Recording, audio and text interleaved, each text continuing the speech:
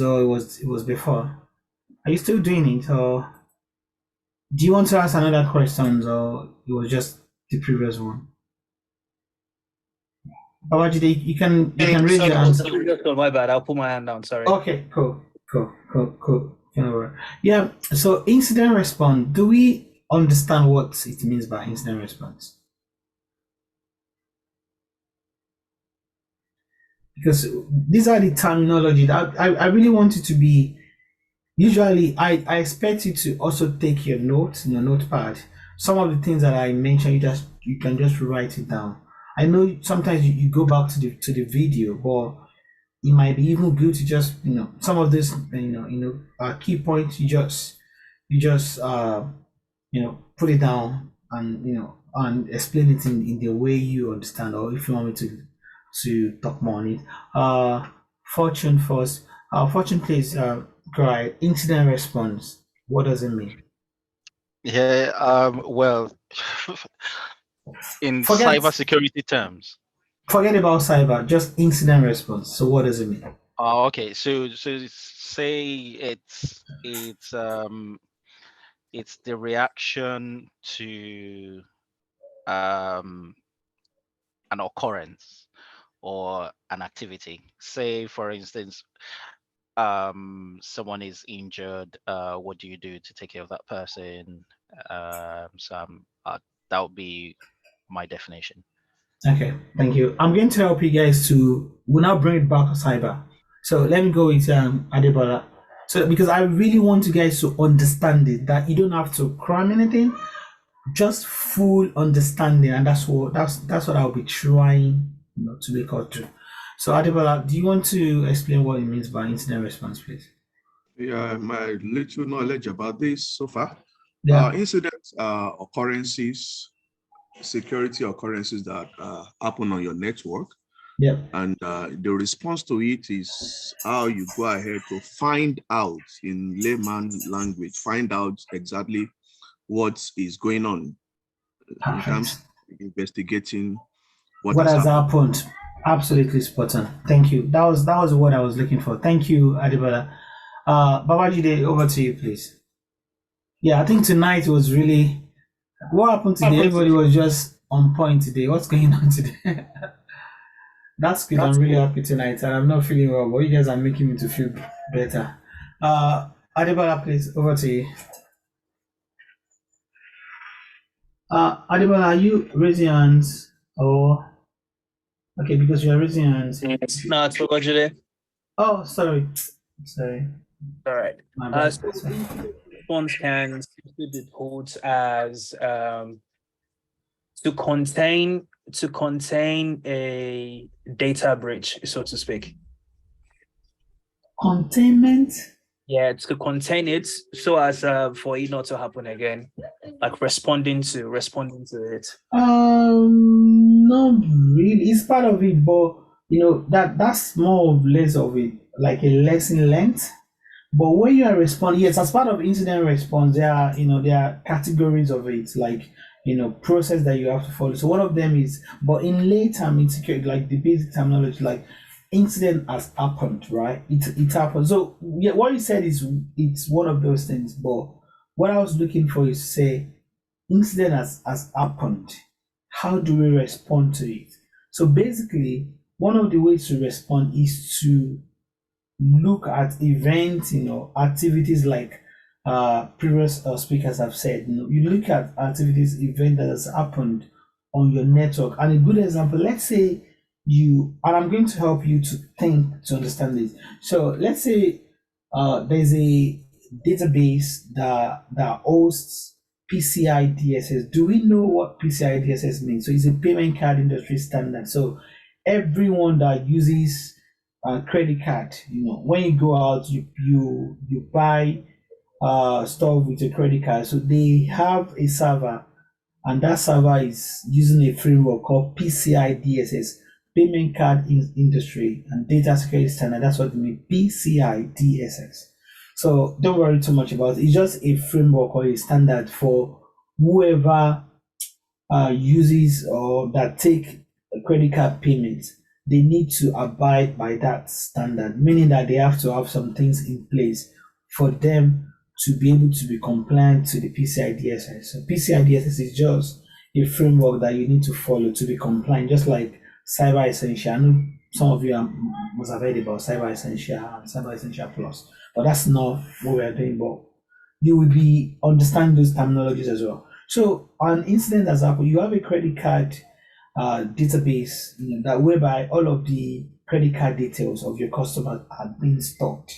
So let's assume that that credit card, that database was now compromised. Somebody has compromised that database, and you have reported to the ICO. They will ask you that what have you done. So you have to do an incident response. Like you have to look at the logs. You have to log on to the server, pull the logs, and try to find the time that the incident happened. Let's say the incident happened between 7 a.m. and 7 p.m. at night. So you get all the logs, which in this case I'm referring to the packets, because like I said, everything that happens on a server, on a network, has a log. There's a logs of, as we are on this Zoom call now, right? Zoom is an application, is a software as a service application, right? So this is hosted in the cloud. So each time we meet and we are speaking on the Zoom, all of our activities are being logged to the Zoom cloud, meaning that parts can log on to whoever manages this Zoom platform can log on and download, all of these recorded sessions. So that's like a log. When you go to your offices, right, you have like a pass or card or whatever you want to call it. So when you get to most offices in the UK, they're like that. So when you get to it, you have to log in. So when you log in, what that is telling us is that it's capturing your logs. That is the time that you come in, and when you are going as well, you log out. It shows the time that you left that building. So what that is showing is that Babajide logged in at 9 a.m. and it leaves at 5 o'clock. So that's a log. So meaning that if anything happened, they can go back and look at the logs of when you come in and when you left. The same thing is for security. So every activity that happened on the network is being logged. And that is why we need SIEM, Security Information Event Manager or Management Tool, because there's no way we can keep all of these logs. So we now need a central place where everything can be stored. And that's why we have SIEM. So that SIEM can help us when we are doing the incident response. So you can just go back and say, between this period and this period, I want to capture what are the events or the logs. Then you then begin to go through the logs one by one and try to understand the activities that happen. So this is where the IP address comes in. You are looking at the IP address that's logged into your server. You are looking at what protocol they are using. You are looking at if they have any, if there's any source IP destination, DNS address. So you're just looking at your logs. You are looking for any suspicious activities within the time frame. So what you are doing is responding to an incident. That's what I'm responding to an incident means. So an incident has happened. You've been able to identify, oh, this is an incident. You're not responding to it back. So meaning that you are looking at the activities that has happened. You are looking at the event, the time range, and all of those information, and you're like, okay, what happened between this time and this time? What happened between this time and this time? And you're trying to collate them and put them in place. So that's an incident response. You're responding to an incident. So it could be ransomware, it could be virus alert, it could be phishing email, it could be man in the middle, it could be insider threat, it could be any of these threats, but you are responding back to it. So usually every organization, we have what we call playbook, incident response playbook, that it has all of the steps that you're going to follow, one after the other. So okay, have you contained the incident? Have you take off your that particular machine that is compromised, take it off the network? Have you reimaging? Have you scanned the server? There are tons of things that you will do in terms of processes that you will follow. But however, that's not, that's all of those things are incident response, basically. So I will pause for a while and I will say, does anyone have any questions? No. Yeah. Questions? Yeah. Okay. Is that Question. James? Yes, Yes. please. So I know most organizations have incident response team, Yes. and they also have the SOC Yes. center.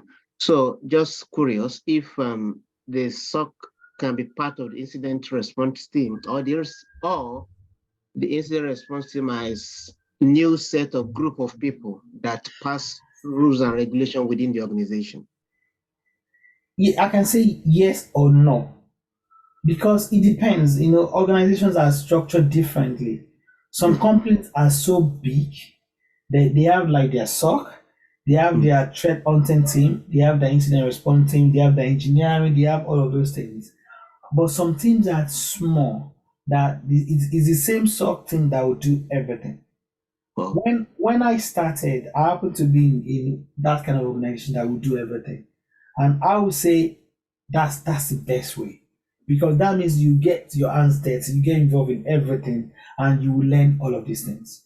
However, this is not in your control, because you might get a job whereby the organization will say, you are just SOC. However, I'll tell you what I did. So when I moved to another organization after 1 year of being in my first place, I worked for another managed security service provider, MSSP.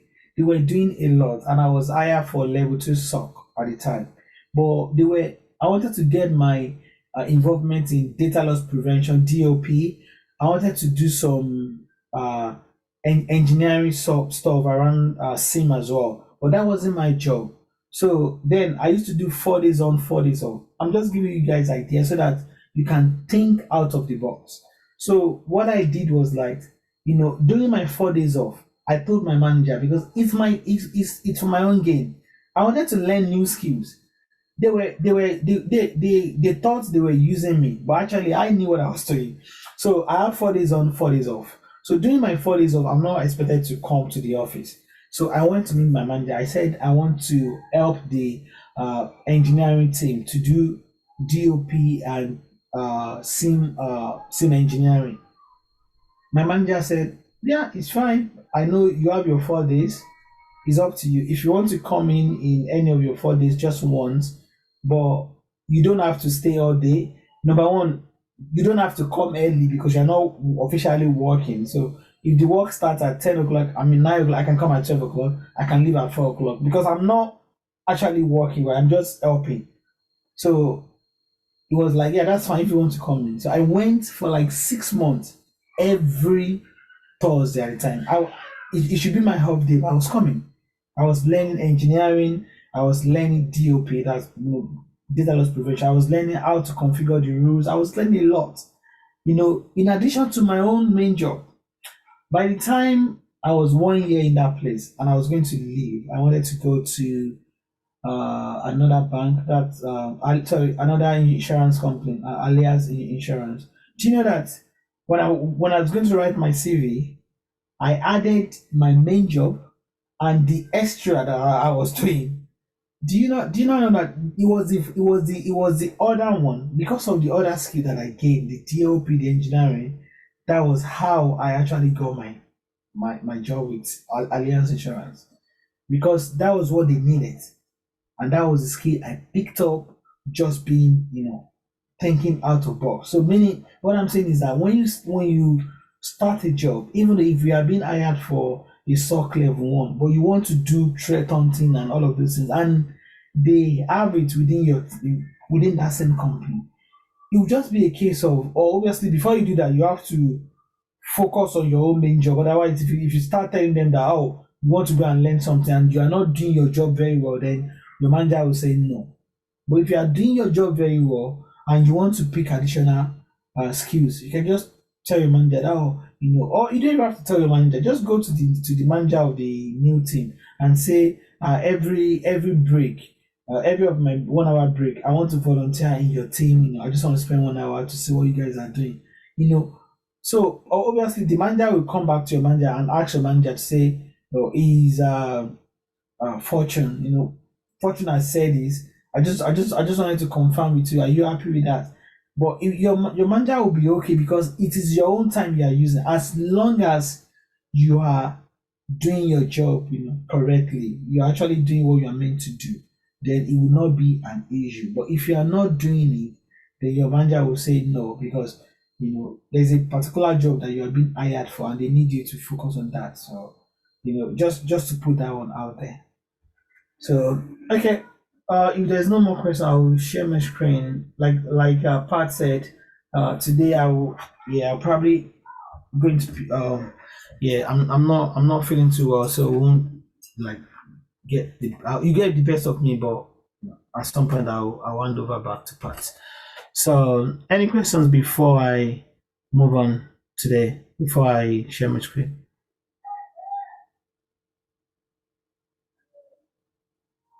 Any question from anyone? Okay, in the absence of that, I would share my screen then. Thank you. Sorry, James. I have a question, a quick one. Shola, sorry, I've never spoken to you. But just Angle Pat, can you let me share my screen, please?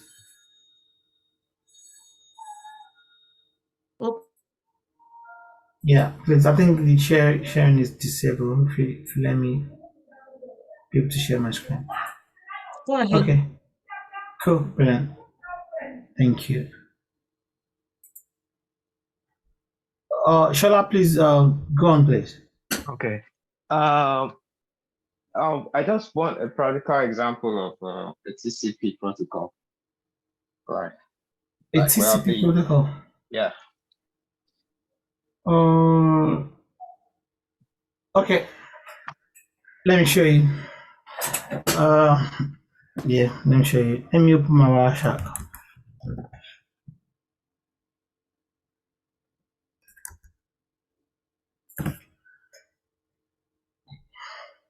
Yeah, I'm opening my Wireshark now. 1 second.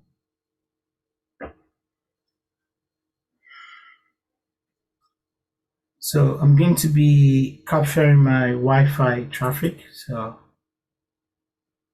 this is it. So I'll just, you can see it's going through low traffic. I'll stop this. So this is a TCP traffic. So I've selected one TCP traffic. So basically there's a source to destination using this source port. Do we know what Shola, do you know 443? What port is 443?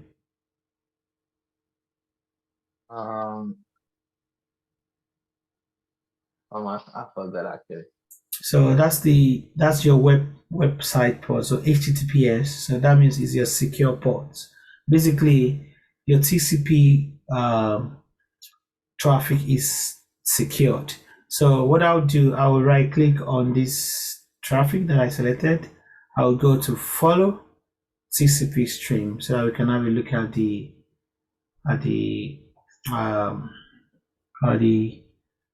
traffic payload, or traffic details. So looking at the payload, so because it's secured, right, you will not see much. So these are all encrypted because it's TCP. So example of a TCP traffic is that your TCP traffic is encrypted traffic and you won't get anything because it's three-way handshake. But don't worry, we'll now let's go to the transmission. Let's go to the internet protocol. So we can see, let me go to, so let's start from this. So the traffic start from this. Sorry. Who is that? Is that Shola? Yeah, it's Fortune. Yeah. Okay. I don't know. I'm not seeing your screen. It's just black. So I don't know if it's just me again. Guys, can you see my screen? Yes, I can see it. Oh my God, it's me again. All right, I'll join the meeting again. I don't know what just Okay, all happened. right, yeah, cool. So I just want to, so let's start from here. So again, let's start from, where's the one I selected? Okay, so let's start from here. So where's my scene traffic? So it's acknowledging the traffic. Okay, sensing acknowledge. Okay, fast track. Okay, so basically there's a from this. So all this is just timeline. You can see the timeline. It happens. So this is the date, the time, and these are very important when you are doing incident response, because you want to see the time that the event happened. You want to see the IP address, the protocol. So it starts from here. So from source IP, this 78 dot this dot that, this is a website, and this 192.168.1.3, this is my personal host. So there's a communication. So I think I should be the one that will initiate here. So I initiate the traffic from here. You can see start from here. So I initiate the traffic from 192.168.1.3. So I send a request to this server. Then the server responded. So I use this source IP. So and this destination IP is this. This is it's got this 58.93391 rather. That's my source IP. Sorry, source port number. Sorry. So this is my source IP. You can see 192.168.1.23. That's my source IP. 78.129.164.123. That's the destination server address which I'm trying to reach to. So my source port, my destination port, using this protocol, and I send out an acknowledgement message. So there's a response back from the server. This is server. Then there's a communication again through this. That's how the communication established between my server and the between my host machine, which is this, and the server.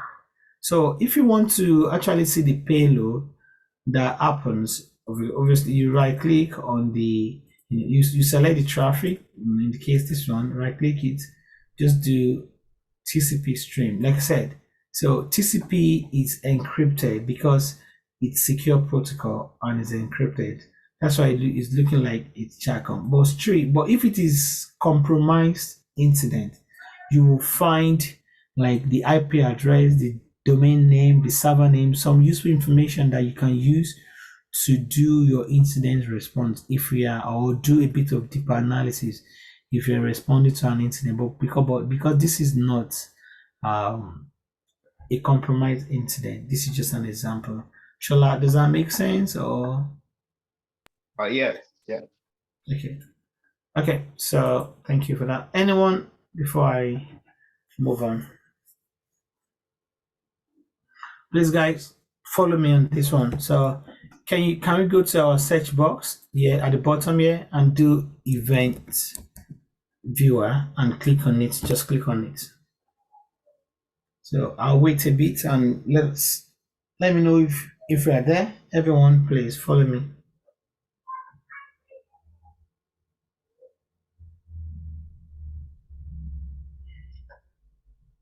If we are there, just say yes. Are we there?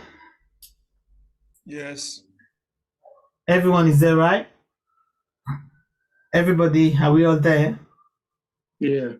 Okay, thank you. I've always been saying that everything that happens please practicalize this when you are doing your own lab.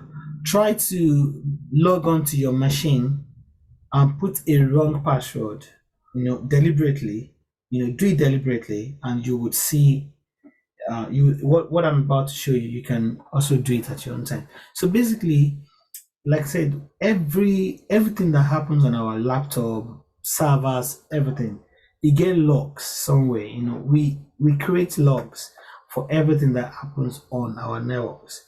And in an interview, they will ask you, they will say, as a security analyst, what are the 3 important logs that you need to keep or you need to monitor in your SIM tools? Can anybody try? So this is an interview questions now that I'm asking you. Someone actually say, Fortune, do you as a security analyst, do you know 3 logs that are really important that you need to keep an eye on in your SIM solution? Do you know that? Does anybody just I know we've not done it, but can somebody just try anything that you think, oh, this is something that we should keep we should keep an eye on?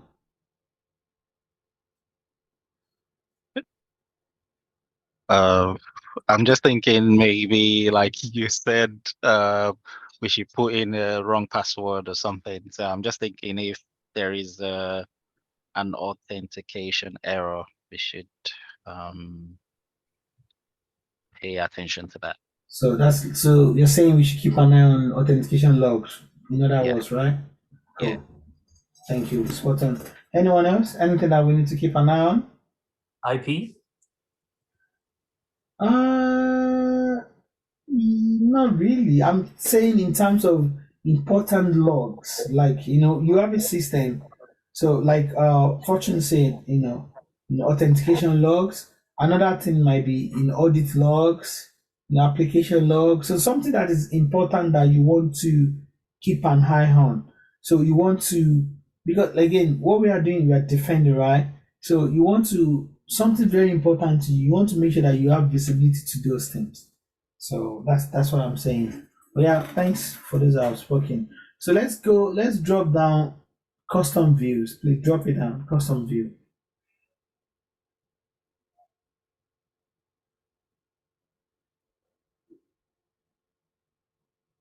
Oh, sorry, somebody put in IP address, time, location. Yeah, that's all right. Thank you, Michael. So are we there, right? Are we there? Yeah. Okay, cool.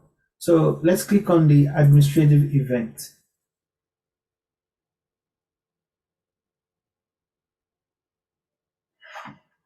We're getting to actually investigating logs in a very small scale, but we're going to do it in a big way.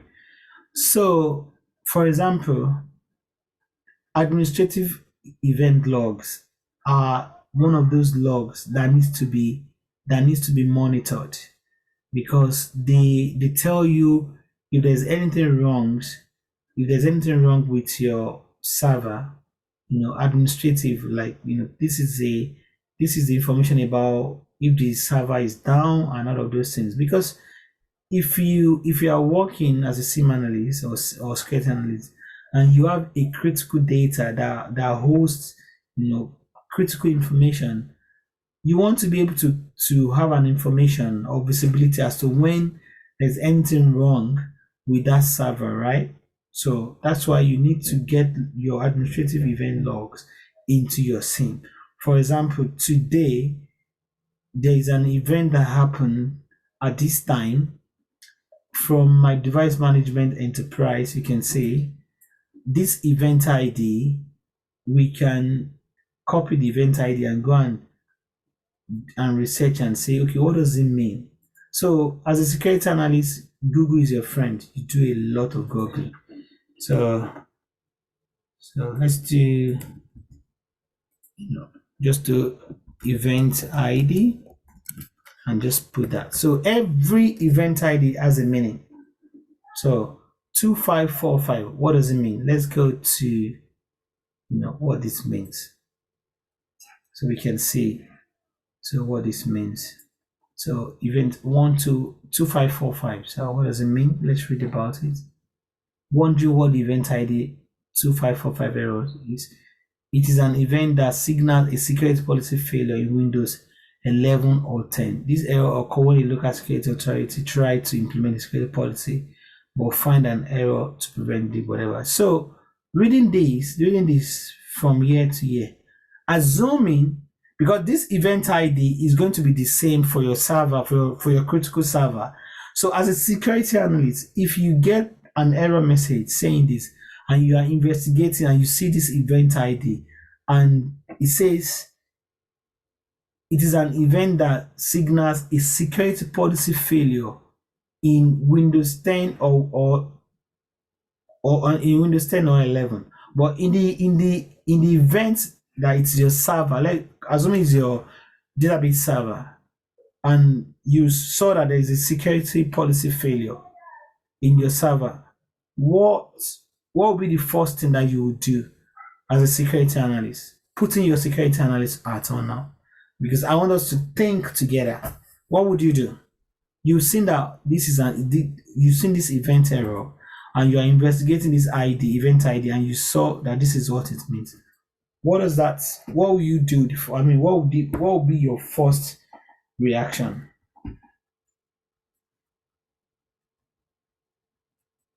Can anybody try? Because I've said from the beginning, like security, what we are doing, we're just like a police, right? We're trying to figure out what's going on. We are investigating. We're trying to add, puzzles together.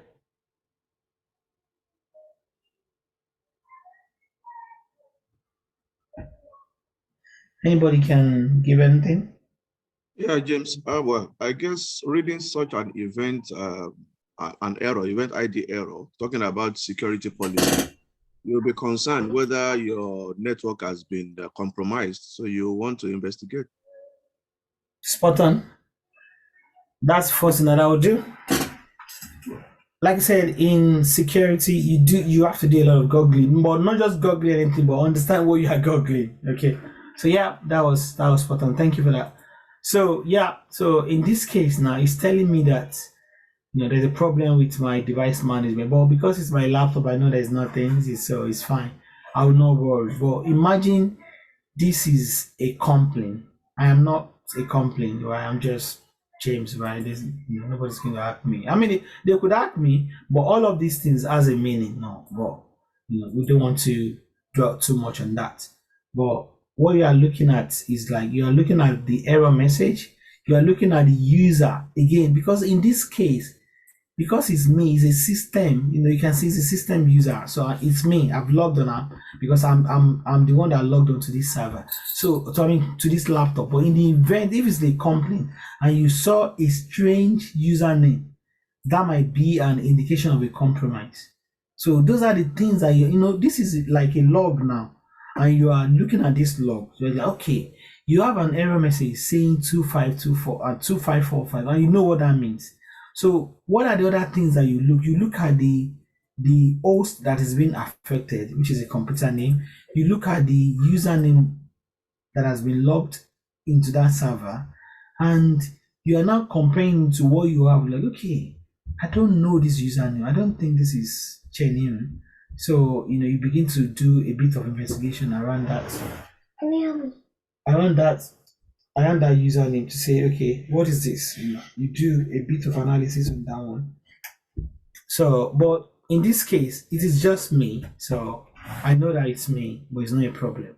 But I'm just letting us think that in a corporate level, so if the username that has logged on is a username that then that's fine. But assuming that it's not the username that then that's the problem. So assuming now, again, I'm just, hypothetically assuming this user is a compromised user, like it's not me, like a threat actor has logged onto my machine, and he or she has used a particular username. What would be your first thing that you would do as a security analyst? Let's say your server is compromised. What would be the first thing? Again, these are all interview questions. Please, guys, write it down. Take notes. These are all interview questions that they would ask you. Server is compromised. What will be the first thing that you would do? So one after the other. Just your name and your answer, please. So who is the first person? Hi, Shala. Shala. Okay, Shala. So what would you do? What would you do? First thing that you do. First thing is to escalate it to the level 2 team. Escalate. Yeah. A server that is compromised. Okay, yeah. cool. Okay, thanks a lot. Who else wants to speak? But today I will try. Okay, RJ, please go ahead. What would you do? First thing I'm going to do is to check my network, which is I'm going to use Wireshark to check all the events that has been happening on my network. Then I will tailor my search on anything that has been compromised. So after, if I detect that, okay, this is the domain on my network that has just actually compromised my network, then I'll go, or I'll use VirusTotal to do my findings, to know where exactly this is the problem is coming from. Okay, thank you. Anyone wants to try? Anyone wants to say anything? Anyone? Okay, if there's nothing else, please guys, can you take this? Everybody should take notes and write this thing down, because this is an interview questions, please. So a server has been compromised, right? This is a scenario. You've logged on and you could confirm that this user is a compromised user. The first thing that you have to do, please, if you want to write these steps, please do. You are not going to escalate it. And the reason is because there's what we call lateral movement. So the first thing that you need to do is to isolate the server. That's the first thing. Because if you don't isolate it, it's going to, this user, this bad actor would then go from one server to the other within your network. And this thing can happen in microseconds. So you don't have all of those time to say, you are escalating. So you as a level 1, you've done the initial analysis and you can confirm that this server is now compromised. So the first thing is isolate. And what does it mean? It could be that if you are there where the server is, you can physically unplug the network cable, that is plugged to that server. You can do that. If you are physically there, if you are there physically, you can do that. If you're not there, if you are using any endpoint solution, let's say you're even like Defender, CrowdStrike, any of the EDR solution, endpoint detection and response solution, the first thing that you do is log on to your EDR, copy the host name of the machine, paste it in your EDR, and go and isolate. Isolate means like disconnect this computer or server, whatever you want to call it, disconnect it from your network. And what that will do for you is to just contain. So basically, the attack will just be within this server alone, and it doesn't move across. So after you've done that, so the next steps will now be to contain it. So what contain the incident to this particular server alone. And what does that mean? It means that you will then do all of those things that you want to do, Shola. You will get the logs, you will investigate and find out when the incident happened, how did the attacker get, foothold into your network. You do all of those things, use your Wireshark and all of those good stuff. But until then, you have to, stop this. You have to contain. So containment is the first thing that you have to do. People, they ask this in an interview questions. I can't remember how many times they've asked me that in the event of an incident, what will you do first? Does it make sense to everyone, please? What you do first? You contain it first, not escalating it. Containment first. Because escalation can take time and you don't have time. In 1-2 minutes, if you imagine the damage that will have happened, you'll be surprised.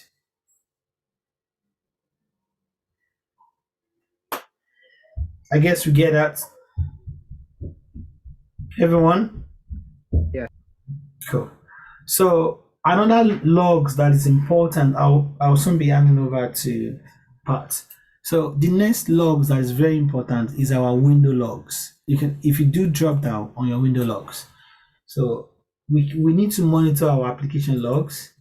We need to monitor our security logs. We need to monitor our system logs. Those three are very important. So if they ask you Oh, in window logs, this another interview question as well. They actually like in your window logs, what are the logs that needs to be monitored? So you have window logs, but underneath there are other logs that need to be monitored.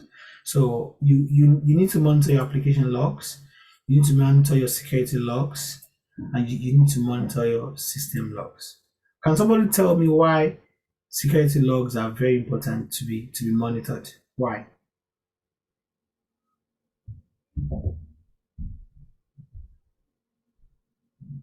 Can somebody try? Why do you think, just something to say? Why do you think security logs should be monitored? I mean, from the word security, it must be very important, right?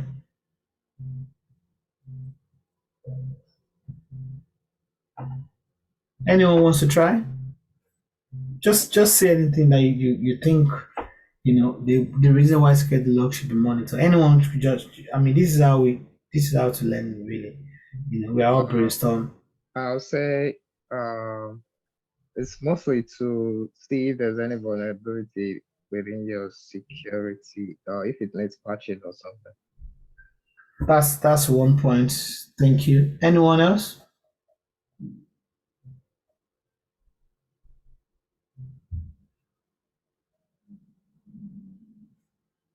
Anybody wants to try? Why you think security logs should be monitored?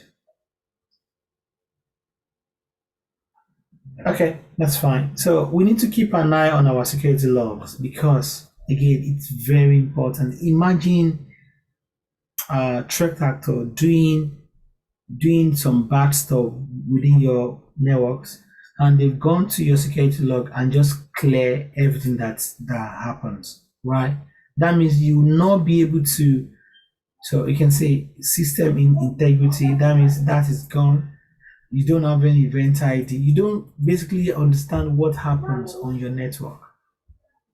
So this needs to be protected with anything. This logs is so important because if the auditor comes, so in the event of a security breaches, they will ask you to go and get your security logs. Like you should send it to them so that they can investigate, because everything that happens on your system goes to your security log. You can see I've got some audit failure sources and everything. So I can say, okay, I can check my audit failure. Say, okay, what happened? Why did it fail? And I can read a bit about what happened, and I can copy this event ID and just do a bit of research on it to understand what does audit failure means. So it gives you basically an idea of what happened in your network, and it's so important because as a security guys, we have to know, and ladies, we have to know that everything that happens on our network needs to be saved. It needs to be kept for audit purposes. There's always time whereby the auditor would come. They wanted to see what has happened on our networks, and they want us to give them an update of what has been happening on our network. So we can only get that from the security logs and audit logs and all of these logs. So again, application logs is also very important. You can see it gives us the information that has happened, give us the time. If I click on one of the logs, you can see. So it tells me that I log on to some of my application, successfully. It tells me the details. I can do. You can see the event data. You can see the system information. So it kind of gives you a very good idea of what has happened. So if I see a process ID that is strange, maybe some strange ID, then I can have an idea to say, okay, maybe somebody is actually attacking me, or maybe my laptop is compromised. So it gives an overview of what has happened or what is happening. So all of this event ID, it means something which we can investigate. There's a source, which you can just read about them in Google to say, okay, what does this mean? What does that mean? So it gives you a very good information of what happens on your server, on your network in the event of an incident and you are investigating them. Questions? Any questions from anyone? Will we, this is James, will we also dive deep down into data, or you want us to go ahead and just look into it also? Sorry, I didn't quite catch what you said.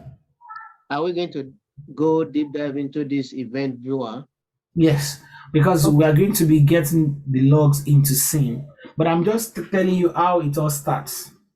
So that once we get, we're going to be installing our SIEM solution. We're going to be getting logs into SIEM, and we're going to be investigating and triaging and alerting and doing all of those good stuff. But I don't want to get there without necessarily going from all of these bases, because like I said, we need the basis to survive whatever we are doing. So that's why I want you guys to follow me as I'm leading. Please follow me. Make sure that you are getting everything that I'm doing. Please make sure that you are getting it and make sure that it's making sense to all of us. Okay, so any questions? If there's no questions, any questions for anyone, please?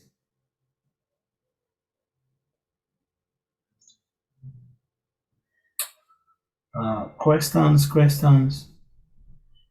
So, like, if the event viewer we just look at now, I was looking at mine and I saw something like warning, and I copy that, put it on Microsoft, but nothing really, no big deal about it. Yeah, I didn't say that there's going to be a big deal. I'm just telling, because this is not a compromised server, right? There's no big deal. But if it's a compromise, that will be big deal, because the event ID will tell you different things. I am just using this to explain how we do event analysis, how we analyze logs and events. So again, we are just using this as an example. This is not a compromised one, but in the event that it is compromised, the event ID will be different, and you can then, if you investigate the event ID in Google, it will tell you what it means, so that you can understand what is happening, to your server or application or whatever. Got it. Does that make sense? Yes. Thanks. Thank you. Questions, anyone? Questions? Okay, if there's no questions, I would hand over back to Pat. Pat, thank you tonight, Pat. Pat, are you there? I'm here. Sorry, I lost you. What do you want me to do? Yeah, I mean, I want us to carry on with other bits and pieces. Okay, I need to all right.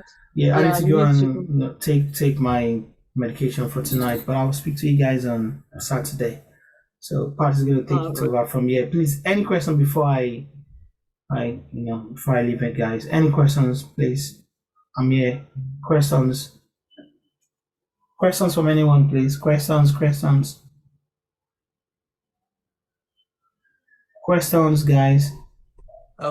James here. What other things can you use the security law? Sorry? What other things can you use the security law for? So for your servers, the three most important logs are just your application log, security logs, and your system logs. That's it. Oh, okay. Yeah, for your servers, yes. All right. But we are going to get. I mean, we're going to. It depends on what you have. The other day I talked about crown jewels. So it depends on what your crown jewels are. It depends on what you want to log. It depends on what you want to have visibility on. Oh, yeah. Thank you. Yeah, thank you. So, any questions, guys? So I'm gonna be putting some notes in our chat for us to get ready for Saturday. Well, so All right. What are those notes? Are those notes regarding any sort of installation? no. It's just some theoretical All right. knowledge that we need to know. So All right. Okay. all right, Yeah. everyone. Thank you so much. Thank Yeah. you. If there is nothing, I will hand over back to Pat. Thank you, guys. Yeah. Bye, everyone. Good night. Bye. Bye. Bye. All right, guys. So is just before I go on, let me stop recording.